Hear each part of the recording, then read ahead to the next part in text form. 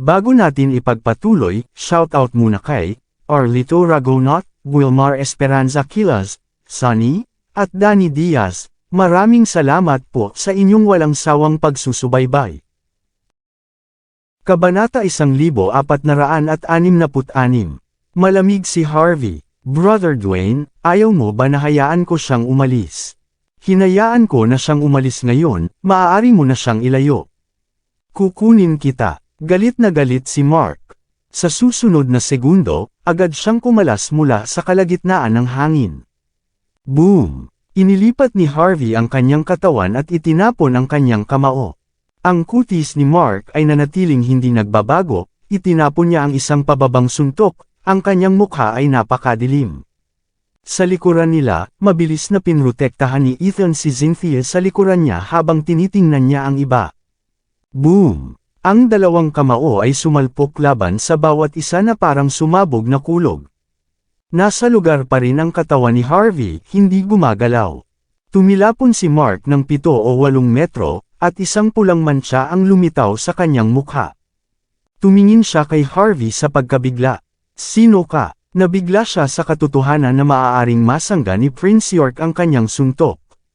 Siya ang pinuno ng 3 banal ng Taekwondo. Sa mundo ng Taekwondo, wala siyang karibal maliban sa kanyang Panginoon. Noong nakaraan, kahit ano pa ang kanyang hinarap, madali niyang patayin ang ibang partido sa isang shot lamang. Gayunpaman, ang kanyang hindi mapang-akit na shot ay hindi nakakaapekto sa kay Harvey.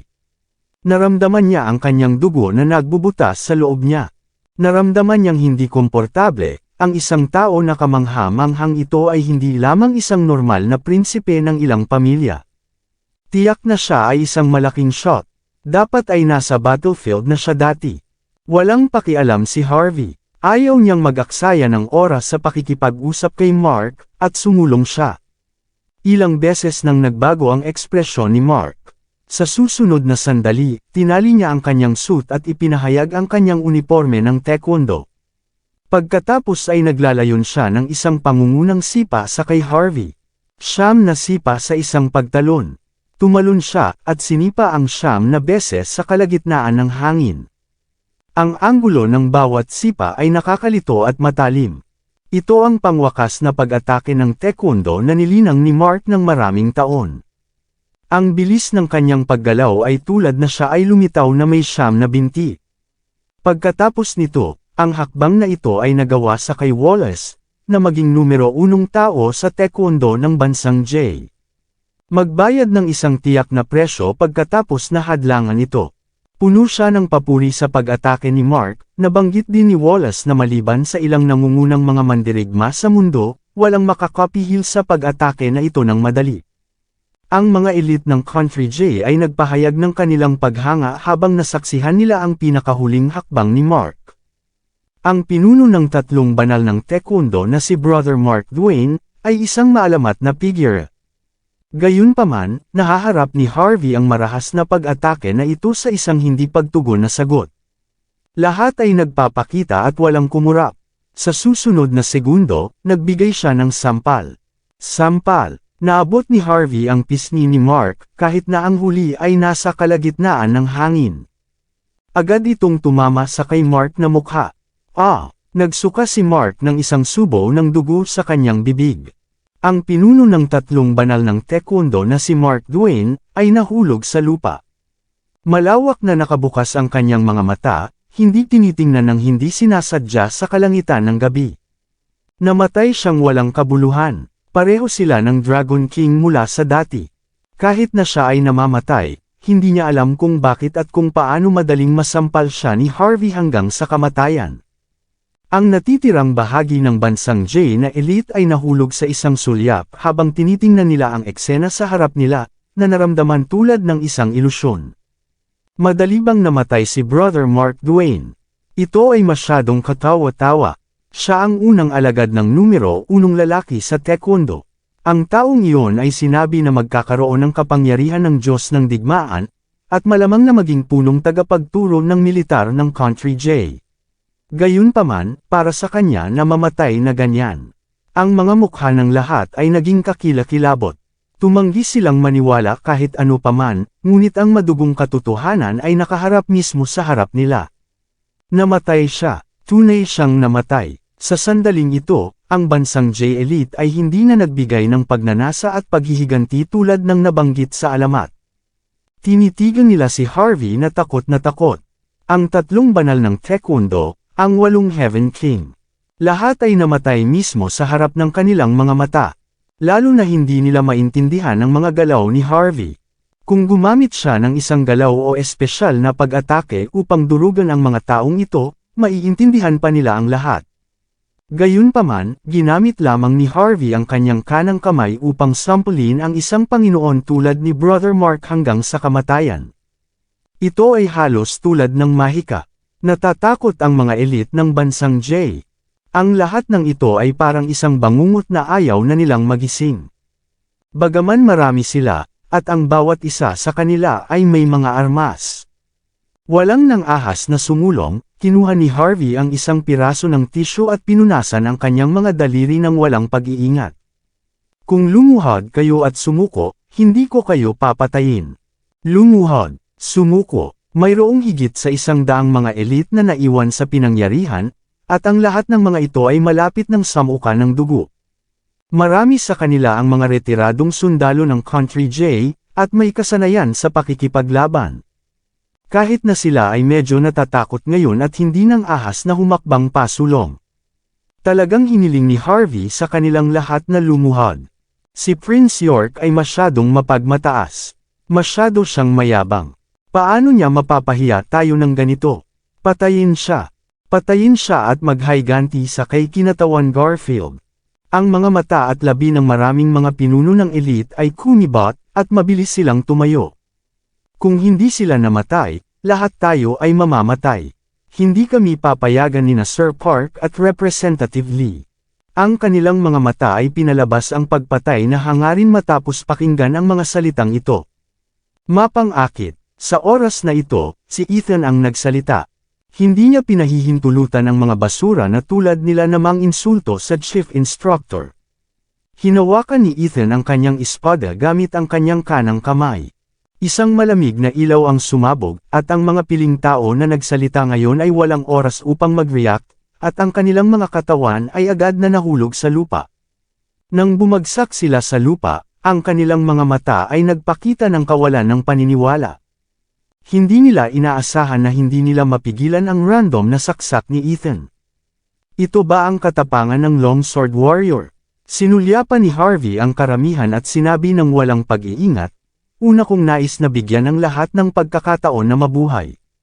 Dahil hindi nyo ito gusto, pagkatapos ay ihahatid ko kayo sa impyerno. Ang mga mukha ng mga elite ay naging pangit matapos marinig ang mga sinabi ni Harvey. Ang pagharap sa kawalang interes ni Harvey at ang sword brandishing na si Ethan, ang natitirang katapangan at pagpatay sa mga elite ay nawala. Ang gayong mga tao ay masyadong malakas. Bang! Sa sandaling ito, ang gate ng villa ay binangga ng pabukas. Maraming armadong sasakyan ang dumating. Binuksan ang mga pintuan ng mga kotse. 100 sarhento na may mga espada sa kanilang mga baywang ang lumabas at agad na pinalibutan ang lahat ng mga elite ng bansa J. Ang sword camp. Ito ba ang maalamat na sword camp? Ang natitirang pinuno sa mga elite na ito ay lumahok sa digmaang Euro-Amerikano. Ang kanyang tingin pagkatapos ay nahulog sa kay Harvey. Maya-maya, isang imahe na tulad ng Diyos ang lumitaw sa kanyang isipan. Hindi niya isinasaalang-alang ang posibilidad na ito dati. Ngunit sa sandaling ito, ang taong nasa harap niya ay nag-overlay sa maalamat na figure sa kanyang isipan, thought. Sa susunod na segundo, lumuhod siya. Punong tagapagturo, ikaw ang chief instructor ng sword camp. Hindi nakakagulat na matatalo kami. Ang pinuno na ito ay wala sa kanyang isipan. Kung sila ay nakipag-usap sa chief instructor ng sword camp, tiyak na papatayin nila ang kanilang sarili.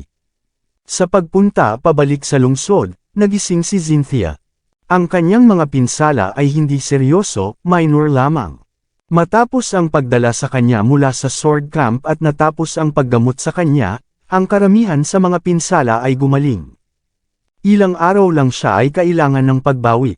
Ayon sa mga doktor, ang pinakamahirap na bagay ngayon ay ang pangyayaring ito ay maaaring mag-iwan sa kanya ng psikolohikal na trauma.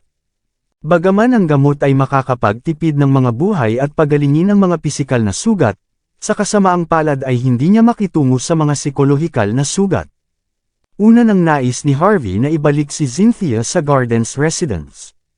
Gayunpaman, mahigpit na tumanggi si Cynthia at ayaw niyang sabihin sa kay Mandy at sa kanyang pamilya ang nangyari. Ayon sa kanya, kung malaman nina Simon at Lillian ito, tiyak na sisisihin nila si Harvey. Ayaw niyang magkamali sa kanyang bayaw.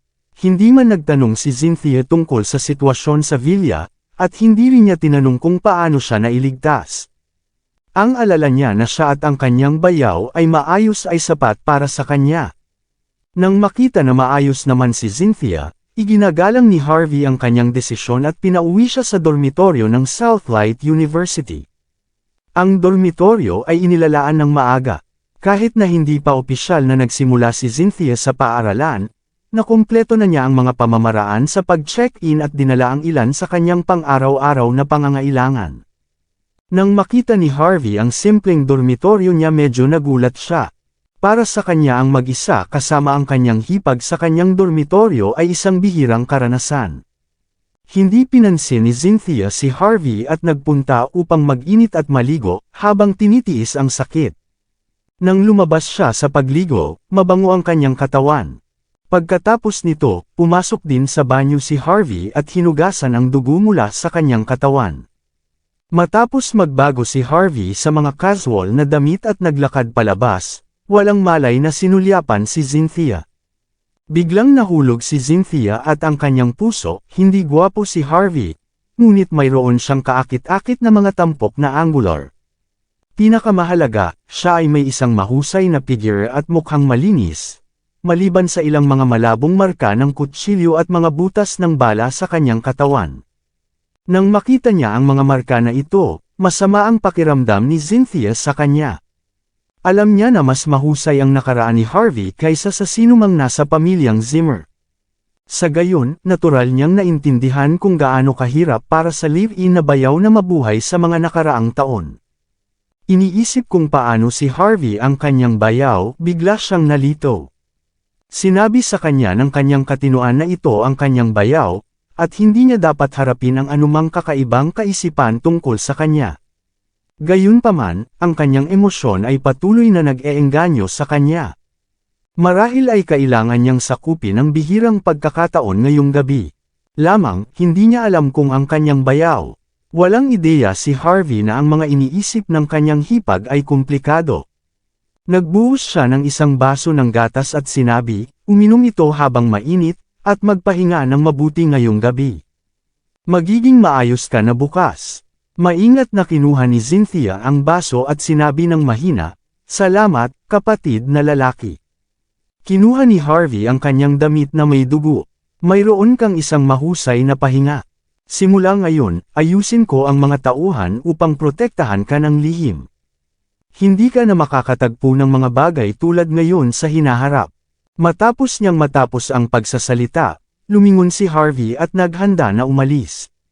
Kapatid na lalaki, naging malabo si Cynthia, huwag kang umalis, natatakot ako. Ilang sandali ay nahuli si Harvey. Pagkatapos ay inabot niya ang haplos sa ulo ni Cynthia. Ayos lang, nandito ako, walang mangyayari, ngunit natatakot talaga ako. Bihira para sa malakas na si Cynthia na matakot, bamantong hininga si Harvey. Kahit na hindi niya naramdaman na tama ito, ngumiti pa rin siya at sinabi, okay, mananatili ako rito at sasamahan ka ngayong gabi. Maaari kang matulog at magpahinga, ako ay nasa sofa. Si Cynthia ay pansamantalang nagulat, at nagtataka kung dapat ba siyang nabigo o hinalinhan. Mabilis siyang natulog, maya-maya, naipit niya ang kanyang ulo at sinabi kay Harvey, brother-in-law, salamat sa pag-save sa akin ngayong gabi. Ikaw ang aking bayani, sa hinaharap, makakahanap ako ng kasintahan na katulad mo. Maraming salamat sa lahat ng sumusubaybay. Please subscribe and follow my YouTube and Facebook channel, Pilipino Novel. Maraming salamat po. Huwag kang maglakas loob. Si Harvey ay mukhang mabangis. Dapat kang mag-aral muna sa edad na ito. Kung nakakita ka ng kasintahan, papatalo kita muna sa iyong kapatid, at hindi na niya ako kailangang gumawa. Kapatid na lalaki, handa ka bang gawin iyon? Humagik-hik si Cynthia. Hindi mo kaya, hindi mo mapigil ang makita akong nagagalit. Gayun din, kung hindi ka nagpakita sa oras ngayong gabi.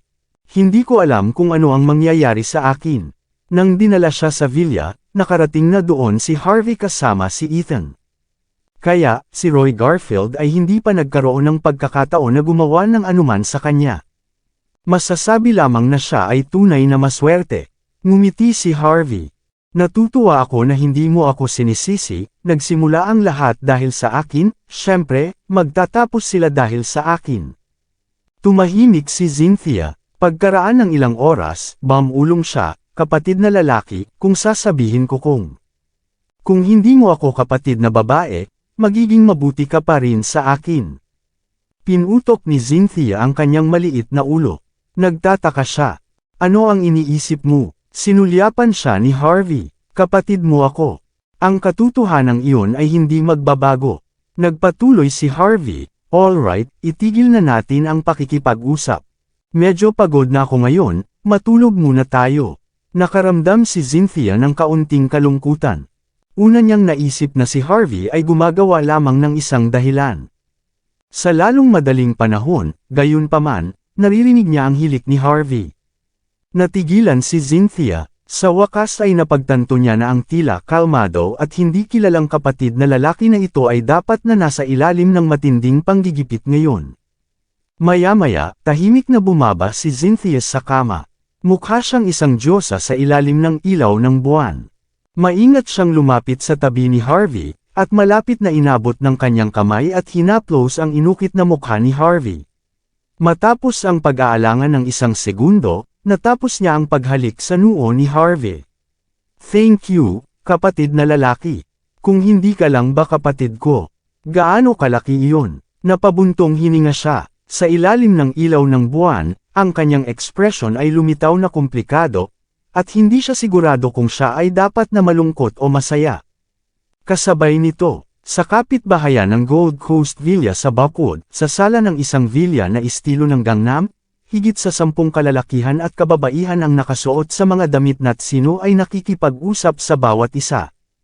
Ang kanilang pinuno ay isa sa 4 na masters ng Hong Kong, si Matthew Flynn. Maliban sa kanya, mayroong 2 kalalakihan na magkatulad na aura ang naruroon. Ang isa sa kaliwa ay isang tao na may puting buhok. Si Lucas Jean, mula sa pamilyang Jean ng Mordo, siya ang prinsipe ng pamilyang Jean, pati na rin ang isa sa maalamat na 6 na prinsipe ng Mordo.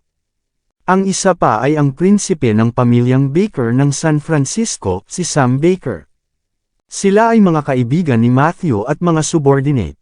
Sa ngayon, ang lahat ay pinag-uusapan at pinag-aaralan ang tungkol sa mga bagay sa kanilang teritoryo, karamihan tungkol sa ilang mga lokal na pangyayari at mga patakaran sa internasyonal.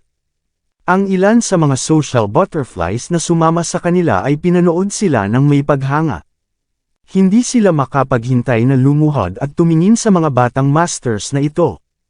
Ang mga social butterflies na ito ay pinamunuan ng iba maliban kay Faye Goddard. Hindi interesado si Faye sa mga paksa ng talakayan. Sa halip, tinanong niya, Sir Flynn, hindi mo ba sinabi na sasalakayin ni Roy Garfield si Harvey kahapon? Dinala niya ang 4 na Heaven King at ang 3 banal ng Taekwondo. Paano ang sitwasyon ngayon? Si Faye ay nagbigay ng isang naiinis na ekspresyon. Siya ay napahiya sa kanyang sarili sa harap ni Harvey ng labis. Hindi siya makapaghintay na makita ang bangkay ni Harvey. Inabot ni Matthew ang kanyang kamay at itinaas ang baba ni Faye. Ngumiti siya at sinabi, Princess Faye, tiyak na napapanahon ang iyong balita. Masasabi ko sa iyo, ang taong iyon ay tiyak na gagawa ng pagkilos sa ngayon. Espesyal na tumawag sa akin si Roy.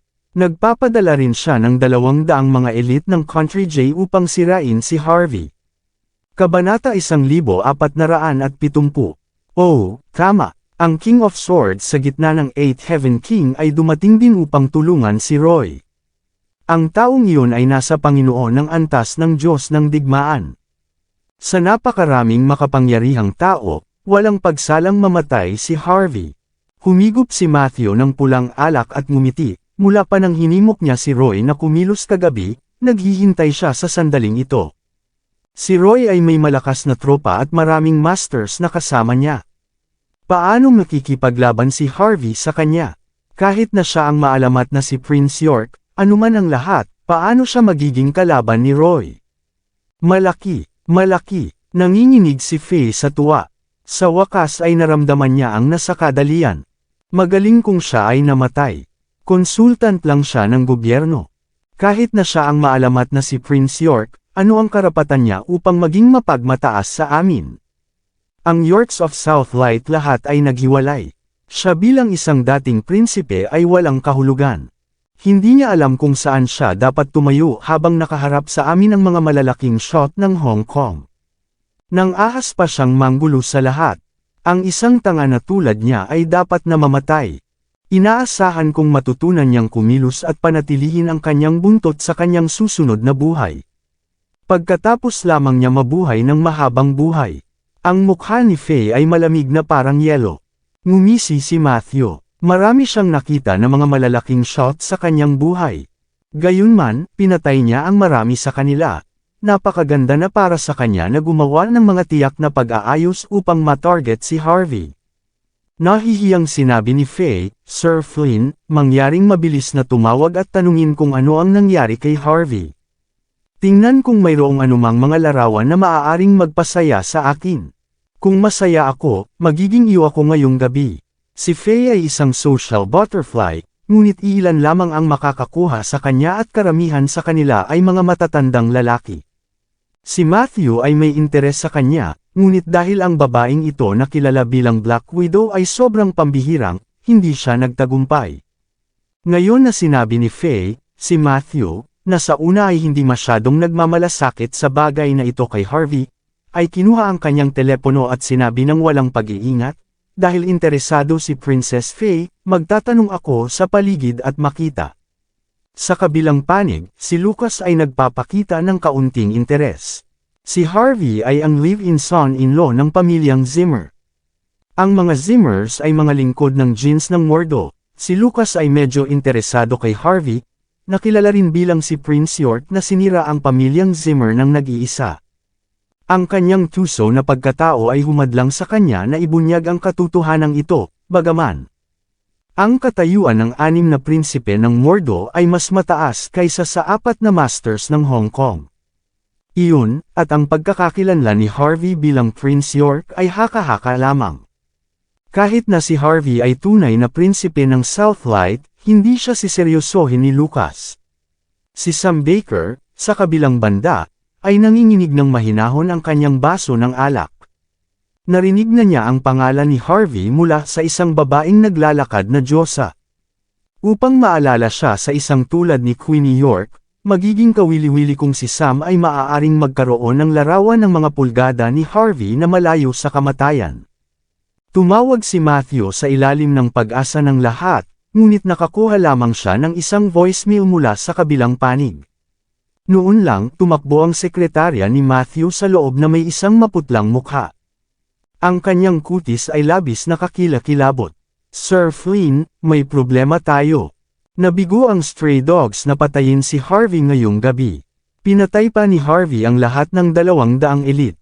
Pagkatapos ay nag-iisa siyang sumugod sa villa ni Roy, at pinatay ang lahat ng 3 Heaven King kasama ang 3 banal ng Taekwondo. Pinatay si Roy. Lahat ng tao mula sa Star Table ay napatay. Clank! Ang baso ng alak sa mga kamay ng lahat ay nahulog sa lupa. Lahat sila ay natulala at hindi makapaniwala.